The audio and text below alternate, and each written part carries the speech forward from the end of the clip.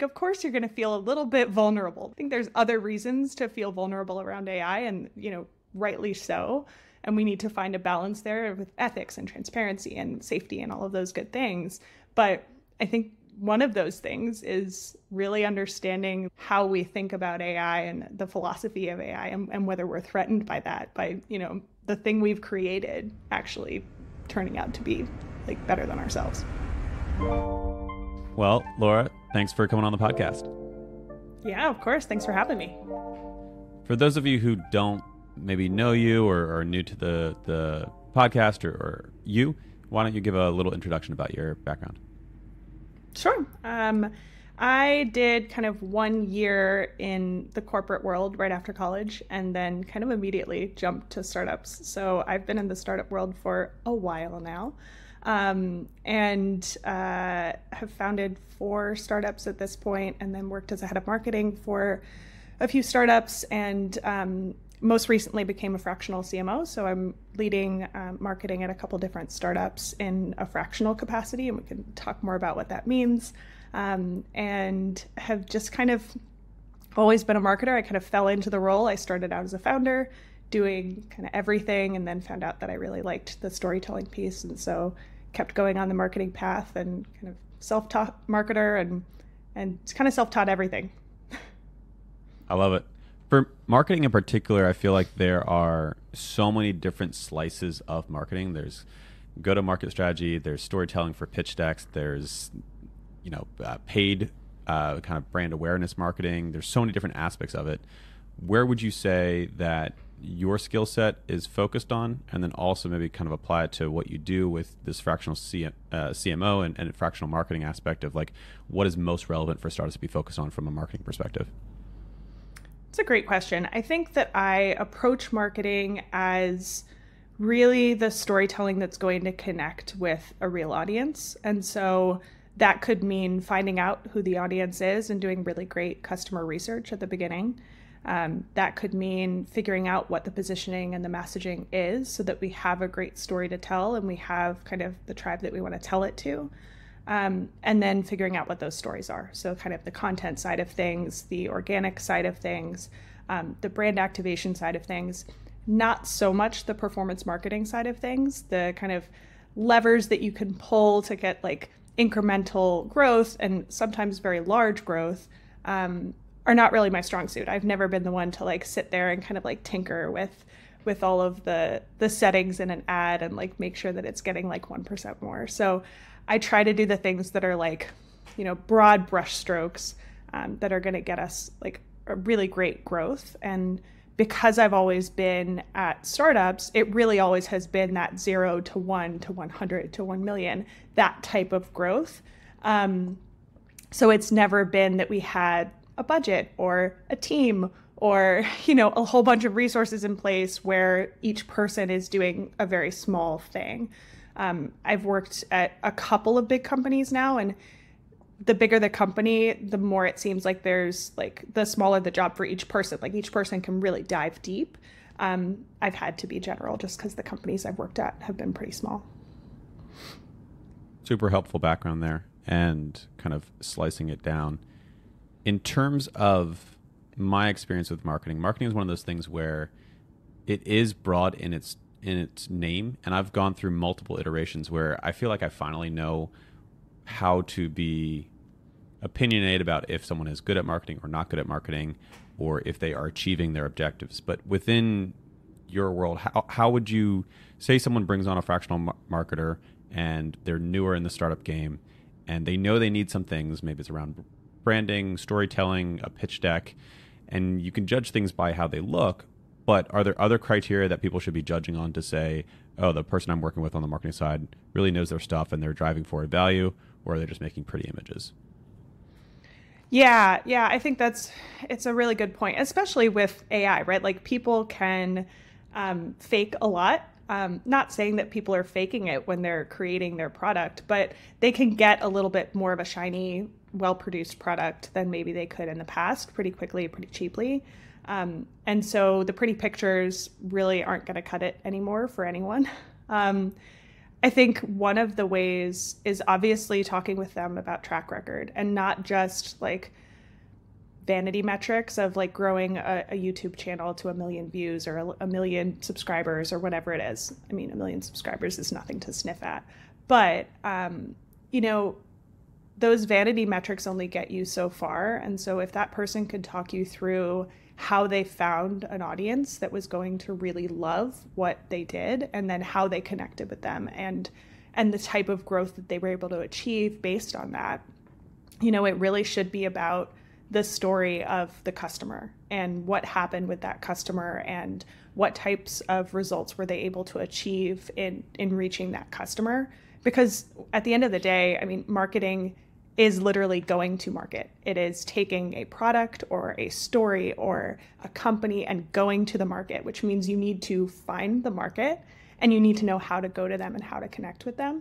If they're not approaching it from that way, I mean, people have all different kinds of approaches, but like probably just making sure that your approach matches with the person that you're bringing on.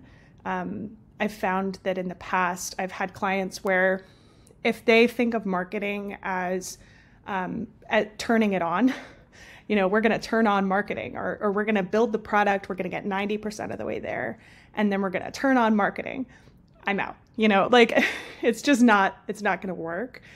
You know, I've really found that if I can be a part of the process early on, helping to shape what the product is based on what we've spoken about and based on the customer research that we've done, then the product is going to ultimately be more successful. The team is ultimately going to feel more like a team, more like they're integrated, and we're all going to be able to have a better launch of whatever it is. So, you know, if they have that approach to marketing, then that tends to be like a great fit for me. And it's the same thing on the founder side. They need to find what matters to them in a marketer and what they really care about. Opening up that dialogue, not just between kind of the two parties that are playing those roles, but also between marketer and potential customer, trying to figure out what do they want, what resonates with them, how do they see it, how do they see the world, and then bring that into the product that you're building ultimately.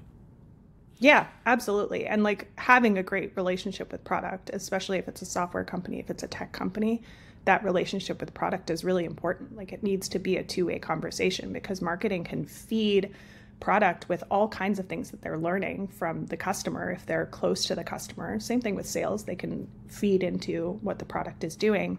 And then, you know, products can let you know, here's what's coming down the pipeline, here's what we're doing next, so that you can really be thinking about, okay, let me set up that story now. Let me get people excited about the problem that we're solving, even if we're not going to talk to them about the solution yet. Does your journey in 0 to 1, 0 to 100, 0 to 1,000 end at product market fit?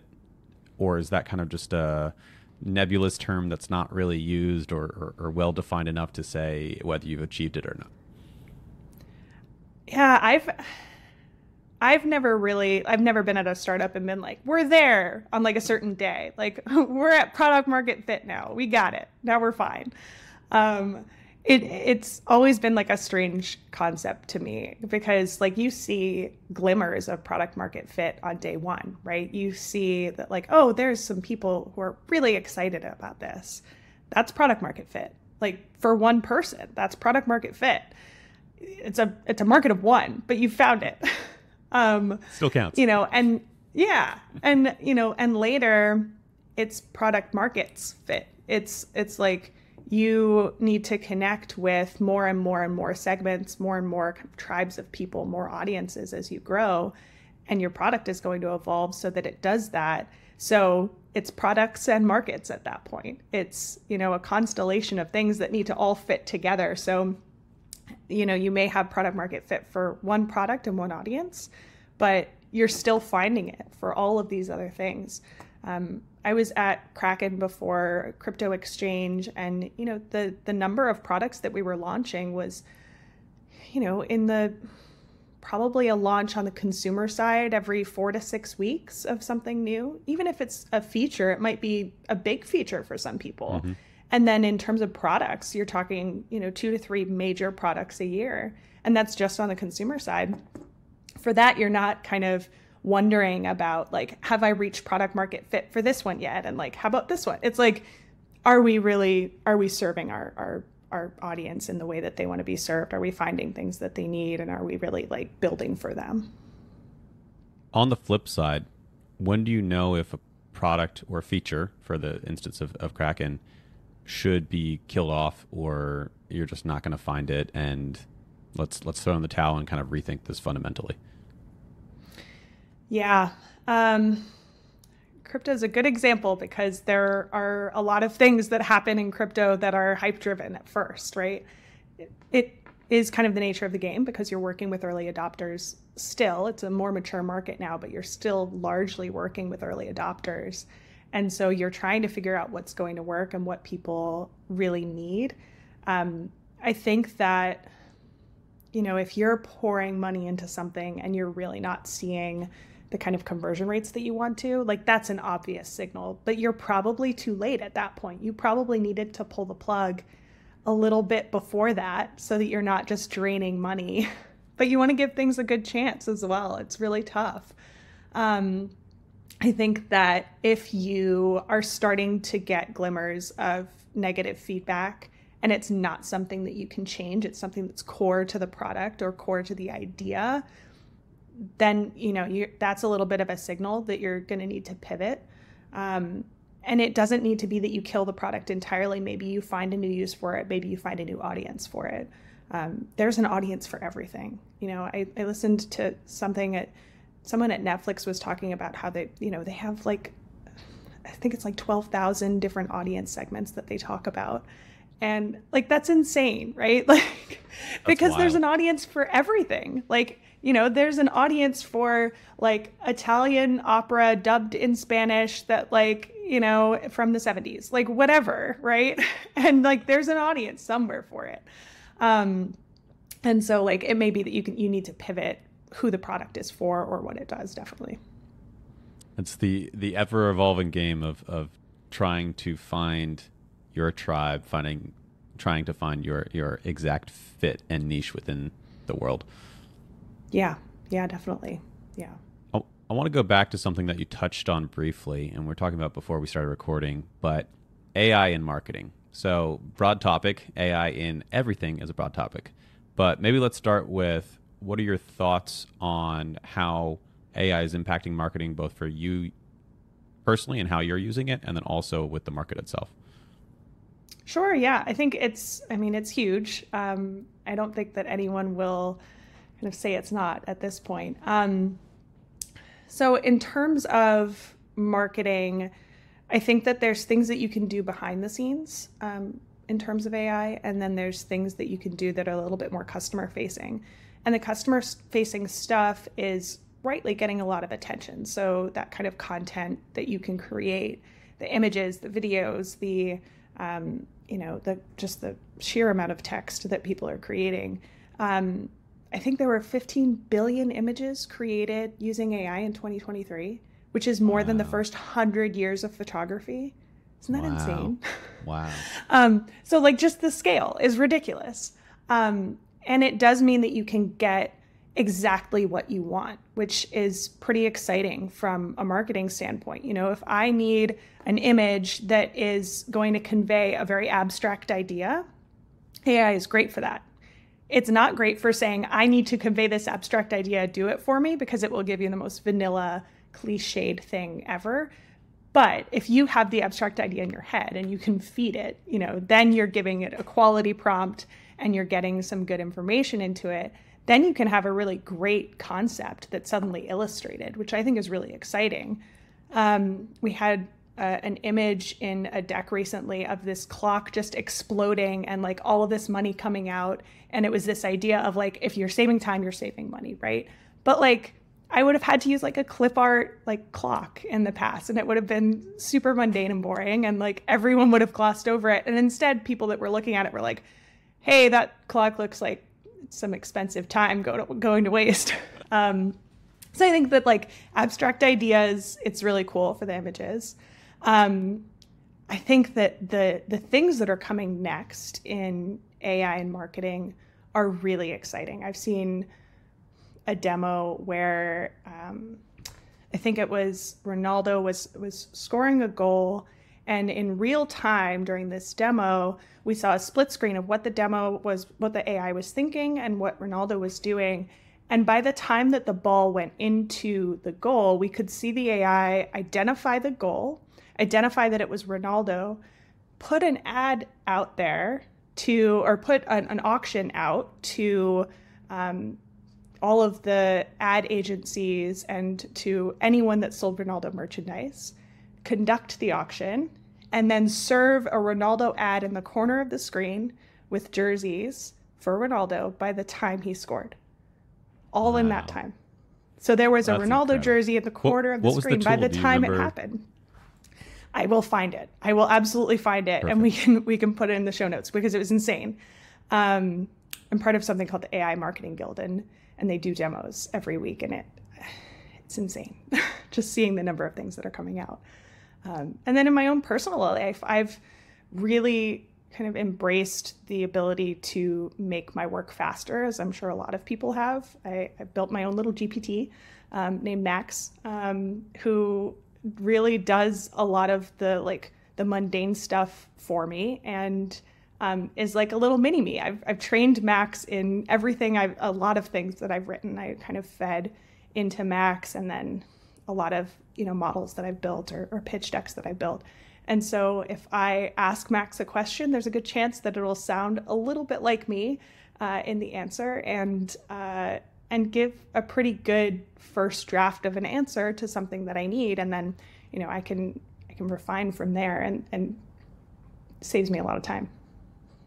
So you're the first person that I've met that has built one of these kind of AI doppelgangers to effect.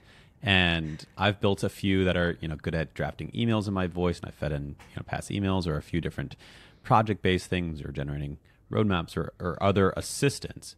But I have not met anyone who has built a baseline general assistant that is knowledgeable about your world. And I'm a big believer that this is very much what we're going to trend towards. And I don't know if it's going to be you have a few different agents in your life, or you just have one. But we're going to have these AI companions that go with us and know as much as we want to give them about our lives, about our personal goals, our dietary goals, our business goals, our social and familial goals. Mm-hmm. What is it like having Max in your life? Do you feel threatened at all? Do you talk a bit more? I mean, you're talking about how it's starting to develop a little bit of a personality, and it has pink hair for the avatar it chose. I mean, I'm deeply fascinated about kind of, this is the paradigm that we're going to move towards. And you've already kind of brought it a little bit closer by doing it in your personal life with just a GPT and just kind of spinning it up and feeding in your information. Yeah. And I do feel like, of course, we kind of anthropomorphize these things, right? So Max chose his pronouns recently, and he created an avatar of himself. I had kind of a general one at the beginning, and then I said, you've got all of these things going for you. You've got all of this knowledge. You've got this personality. Why don't you create an avatar that makes sense for you? And I can show you it. We can put a picture of it in the show notes if you want. But Max is just this vivacious, kind of androgynous, probably guy with pink hair who is super cool. And I feel like Max is a colleague. Max, I'm working with a startup right now, and Max is on our team slide on the deck because we absolutely feel like Max is part of the team. I tried to make a Slack integration so that we could talk with Max. We're not there yet, but we will be soon, right? That will be something that everyone has soon of, hey, can you ask Max to do that? So that other people on my team can say, we don't need to bother Laura with this very basic marketing question. Let's just ask Max. Or, Max knows what's in the deck. Just ask Max what's in the latest thing. It becomes very much your assistant. And I think if you think of these GPTs as kind of an entry level worker or maybe even an intern, you get to the right level of what they should be doing, what they should be thinking about, what they should be working on, and also the level of trust that you should put in their work, right? If an intern does a big project for you, you are absolutely going to check what they do because they're still learning. And that's the same thing with Max. I need to check Max's sources. I need to occasionally have Max kind of fight with himself of like, okay, you said that, now, give me the other side of this, find all the holes in it, and act like you are, debating with that answer. And I get a better answer if I do that. And it's the same thing that you would do for an intern. You would say, back up your thinking on that. Tell me how you're thinking about that problem. And it's not just the answer. It really is how they're thinking about it that matters. So I do very much treat Max like an intern, and, he's getting better over time, but I also give feedback just like an intern of like, hey, you really need sources here, or actually we're going to write it this way, and the reason is this. And he's not like learning from all of that in each prompt at this point. But I can go back to the configure mode and say, hey, here's 10 lessons from this past week that you learned. Take those into account for the next time. And then there's also the sheer time savings of, I have documents for each of my client companies that I'm working with. And I can say, in the context of this company, tell me about which audience segments we should be looking at, and trends within, the channels for those audiences. And it just saying in the context of this is so quick, right? Like I don't have to explain the company each time or the concept each time, which is really cool. I think there's so many things to unpack there, but one is the fact that you mentioned on kind of that continual learning. And from a technical perspective, given I have kind of the software engineer background, I think, oh yeah, once you integrate memory and kind of reflection and persistence and building those memories, it's going to just, and that's a very natural feature to layer in by OpenAI or whoever is kind of building out these agent models. But you're already kind of stopgapping that by when there's a critical piece that maybe Max didn't do well, you can go and you can change in the config and edit there. So I think that's very interesting insight as well. The other thing that I think is phenomenal is that you are a marketer. You are not a software engineer. You're not kind of one of the early adopters in the sense of kind of, working with their API or building out a new interface. You're just saying, hey, I have this gap where I have a lot of knowledge, and ideally I could have an assistant who's more of an intern, who's very junior, but they can still help speed up the workflow and speed up and answer simple questions and whatnot. And I think the fact that it's emerging from not kind of an engineer thinking about, oh, what problems are out there, let me go try and build a company or something to that effect, but you doing what you're doing as a fractional CMO, fractional marketer, just building out a tool, a GPT, a Max to support you, and then kind of building and iterating on it in real applications, not a theoretical, I'm going to go raise money for Max, or a theoretical, let me try to solve a brand new problem. It's literally the problem that is most acute to you, and it's driving massive value already. And I think that is where the innovation is going to happen, I believe. And it's really cool to hear about. And I think there's a whole generation of people who are going to be natively good at prompt engineering, right? Like that's a whole skill that like we didn't even know anyone was going to need. And we knew that there were skills that, our kids would need, or our, that like would need to come up in the future. And we knew that we wouldn't know what they are, but we're starting to see that. We're starting to see what matters for like the future workforce, which I think is really interesting.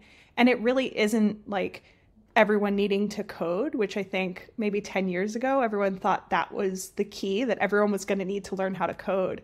And then these no code tools came up, and it was like, okay, you don't really need to know how to code, but you do need that logical brain. You do need kind of like the design thinking and the conceptual like systems thinking in order to make things. And now, like, you still need that, and you still need it for prompt engineering, but there's this whole other skill of kind of creativity using AI where you're iterating on yourself. You're like, you think you're speaking with the AI, but like you're really iterating on your own thinking. You're really saying why 10 times to yourself if you think about it. And, that I think is a whole new skill for people of like kind of that informed, introspective creativity, I think is really interesting. And like marketers are great at that, right? Like we're used to looking at ourselves and saying, what matters here? Like what part of what I connect with in a product matters to everyone else? You need that empathy in order to be a great marketer. And so I think actually marketers are a really good fit for kind of the first adopters of some of these AI tools in terms of the creativity married with the empathy.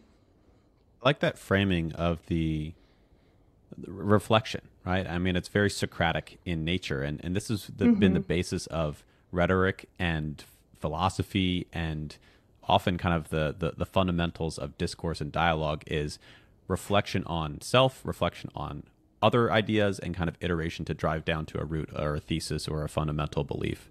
And so we have lost a bit of that in the past several decades. I feel like of the internet always has the information that you want. It's always at your fingertips. You can just kind of grab whatever's there.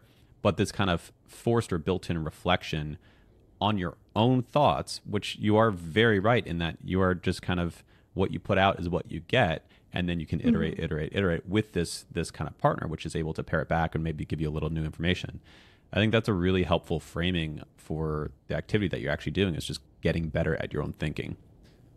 Yeah, absolutely. And if you think about it, I think that sometimes that's why we feel a little bit threatened by AI. It didn't end well for Socrates doing all of that questioning, right? Like people didn't like it. I think that there's something to be learned there too of, if we feel like there's something out there that might know more than us and is questioning us and questioning the core of what we're thinking, like, of course, you're going to feel a little bit vulnerable there. I think there's other reasons to feel vulnerable around AI and, rightly so. And we need to find a balance there with, ethics and transparency and safety and all of those good things. But I think one of those things is really understanding like how we think about AI and the philosophy of AI and whether we're threatened by that, by, the thing we've created actually turning out to be like better than ourselves. The one redeeming aspect, perhaps, in that dialogue is even what you're describing of Max is an assistant, right? Max is a junior level intern. And I know this is going to evolve over time, but I do think that what we're seeing over and over is that there is an expert, you in this case, who is then teaching or guiding or crafting or fact checking Max, the junior AI assistant. And again, I do think that shifts over time to where you can maybe get an expert that is just an AI. But I think generally speaking, there's going to be this balance of AI plus human is always going to be better than human. And it's also going to be better than AI. And so I think we're always going to have that pairing. And I think that pairing is likely most effective and most value generative when it is a human expert that is very deep in knowledge and very deep in their craft, and then leveraging an AI for speed, for breadth, for reach, for whatever it is. And that's kind of exactly what you're already talking about is, you have the knowledge that you fed in all this information. And so there is a higher degree of trust with this particular GPT, this Max that you've built with your team, because you've built it because you have trained it, not because, it's been trained on 70 billion parameters, but it's because you have kind of layered in that extra level. And so I do think that that is likely going to be a trend that stays at least for, things move fast in the AI world, but likely stays for a few years, if not forever, because having that expert that is the Leonardo da Vinci with his enclave of junior artists that are filling in gaps in other paintings, I think that's perpetually likely going to be more effective than just trying to make an AI that's a true expert that you can trust independent of having a human expert kind of overseeing it. Absolutely. And the way I've heard of, I think it was the NVIDIA CEO speaking about it, was you don't get rid of air traffic controllers, right? Like flight safety has gotten better and better over time. And maybe at first you needed someone, the co-pilot needed to have, hands on all of the controls for every flight. And then suddenly we have autopilot, right? And the co-pilot doesn't need to have their hands on the controls. Maybe the main pilot doesn't need to always have their hands on the controls, right? You're able to bring in levels of kind of systems that can start to automate things, but you're still going to have a human that's in there at some point in the loop. And maybe the human gets further and further from the loop as you get kind of better and better at this safety piece, but they're still going to be there. Like maybe in a self-driving car, the person that's actually monitoring everything isn't in the car later on. Maybe they're at a city level kind of watching everything that's happening, but you're still going to have someone in the loop able to kind of help with making sure that everything's going okay. And I think that that human in the loop will always be there. Just it's maybe a level further away than we think, or has a slightly different role, like maybe more of a supervisory role over a bunch of different AI. But you're always going to need that person. And frankly, the output is better. Like AI to AI, you get great output. But like if you bring a human into the mix, they're bringing that like fallibility that actually gets you some really cool ideas. We're not perfect. Maybe AI kind of are at some point. They're not there yet. But the fact that we're not perfect, I think, may actually lead to some of the innovation that happens there, and like that partnership between really fallible humans and, in a different way, fallible AI. We're covering each other's gaps, I guess. Yeah, it's an interesting perspective that our strength is our fallibility, perhaps. Maybe. Maybe. I don't know. Well, it gives us novelty, right? It gives us that innovation and the ability to be wrong, but also the ability to make something true that was previously not. And that belief of, I can make this happen, which is fundamentally what a startup is there is a gap. It is not currently being served. And I believe that the market is wrong and I can build something that serves this need in this gap. Yeah. And there's all kinds of products out there that were built based on a mistake, right? Like AI wouldn't necessarily do that. Apparently chocolate chip cookies are built on a mistake. Like the chocolate chips just fell in there. I don't know if Toll House is just telling us that story though. We'll see. Sounds good. Sounds believable. It sounds great. Either way, they had a great marketer. Exactly. Shifting back to marketing away from AI, even though I feel like we could riff on AI all day. Talk a bit about in-of-house versus out-of-house marketing. Are both fine? Is there a stage where you should definitely do one versus the other? I think that for in-house versus out-of-house anything, I think that if it's something that is core to your vision or your product, then you probably need to have someone who is really bought in. That doesn't necessarily mean that they have to be in-house, though. I think that there's kind of an evolving that's happening there where, the fractional space has meant that you get someone who is more involved, who's more on your side, and, they're at the strategic meetings. They're on your company Slack. They're not a separate agency. It just happens that they're working part-time, but they're still part of the team. So I think that's been a really good way of moving forward so that there is more buy-in from those outside people. I think if you're going to use outside agencies at first, which frankly a lot of companies need to do in order to scale because you're not going to have all of the expertise, just pick things that are within the wheelhouse of the agency that you're using and have really concrete projects that can be followed through on where they know exactly what they're doing. They've done it 1,000 times before and you haven't. That's a great time to use someone because they can be a force multiplier. They can make things go really quickly and they can make things go really well.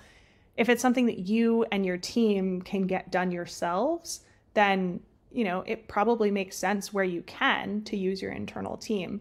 But, I don't think that Temu made their own Super Bowl ad, for instance.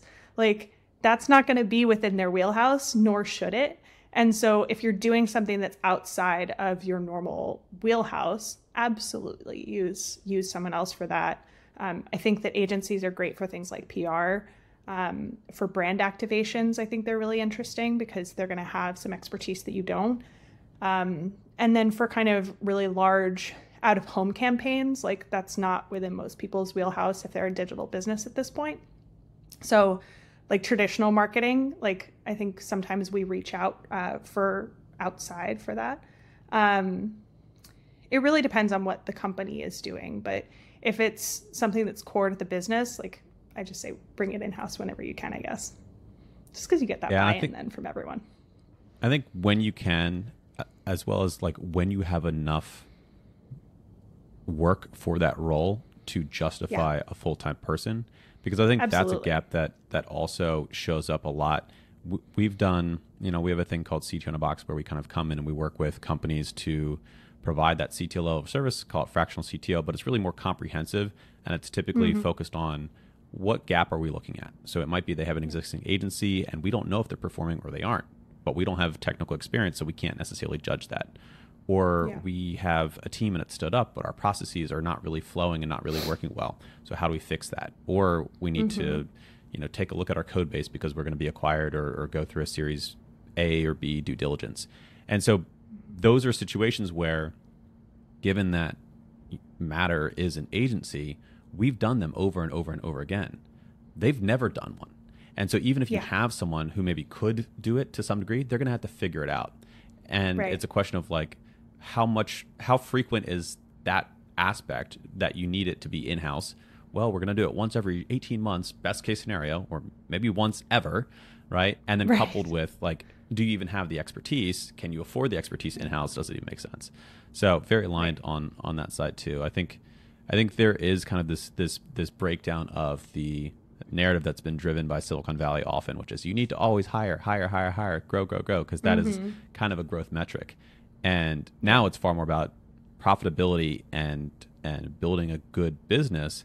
And so if you can find ways to achieve the results without having a full-time W-2 salaried person that you are not stuck with, but you should, if you're hiring someone, you should try to make a commitment to keep them on, not just keep them on for 3 months. And so if there are alternative paths, then I think it's becoming a lot more discussed and explored and accepted in the current kind of economic environment with the startup scene. Absolutely. And I've seen a lot of startups are very much, as you said, trying for profitability. It's a different world than it was, 20 years ago or even 10 years ago, where, it was growth at all costs and, profitability was kind of this thing to be sniffed at, mainly by VCs, right? Yep. I think as the M&A market has gotten more difficult and as, regulatory environment has gotten more difficult there, like they're not seeing as many exits in terms of M&A, and IPO is harder than ever, right? Like it used to be something that startups did to raise money, and now it's very much something that a mature startup does when they're like have all of these boxes checked and they're 10 years into the game at that point. I think that because VCs don't have as many exit opportunities, they're starting to see that profitability as important as well, right? Like maybe there's a buyback from the VCs at some point because like they got to get out at some point. They're not going to get in unless they have some liquidity at some point, right? So on the VC side, you see a lot more of that profitability focus. And then on the entrepreneur side, there are so many more bootstrapped startups at this point because it's so much more possible. Like you can stand up a little AI team for nothing, right? Not nothing, but a lot less. Or you can, stand up a very small team and then kind of have them do a lot more than they used to be able to because of AI. And then you can supplement with agencies, with studios, with all kinds of different resources that are out there to have these kind of outsized returns and get profitable immediately. Like it's kind of a no-brainer that if you can do that and keep your company to yourself, like why wouldn't you? Like there's still a place very much for VCs and for getting some investment, but like the calculation I think is changing for people, and like that calculation of when to bring in an agency has come along with that. I don't think you need to always hire, as you said. Like it used to be that you were very much encouraged to, and it was like building out your like hiring pipeline was your projections for what you needed in terms of money. And that's not true anymore. It's like, okay, here's where agencies fit in. Here's where all of my AI tools fit in. Here's where hiring fits in. And then like, here's where my automation tools fit in as well, which like is a whole other piece of the puzzle that made things a lot easier. So I think with a mixture of software, AI, people, agencies, you can get a lot further than you used to. Yeah, I completely agree. I think it's a healthy shift too. It's not to say that one tool is better than the other of hiring in-house or hiring an agency, but it's to say that they're both tools and use them to achieve the goals that you are setting out to do most effectively. And that's it. Absolutely. Yeah, exactly. And there's just so much more nuance in that approach than there used to be. Laura, this has been a wonderful conversation. Thanks so much for coming on. If people want to find out more about you or connect with you or potentially hire you, where should they go to find out more about Laura? They can go to LinkedIn. That's probably the easiest. I haven't really been active on like Twitter, X, whatever we're calling it now, recently. So more LinkedIn. And then laura-fredericks.com is my site for consulting. So people can reach out there as well. Thank you so much. Thank you.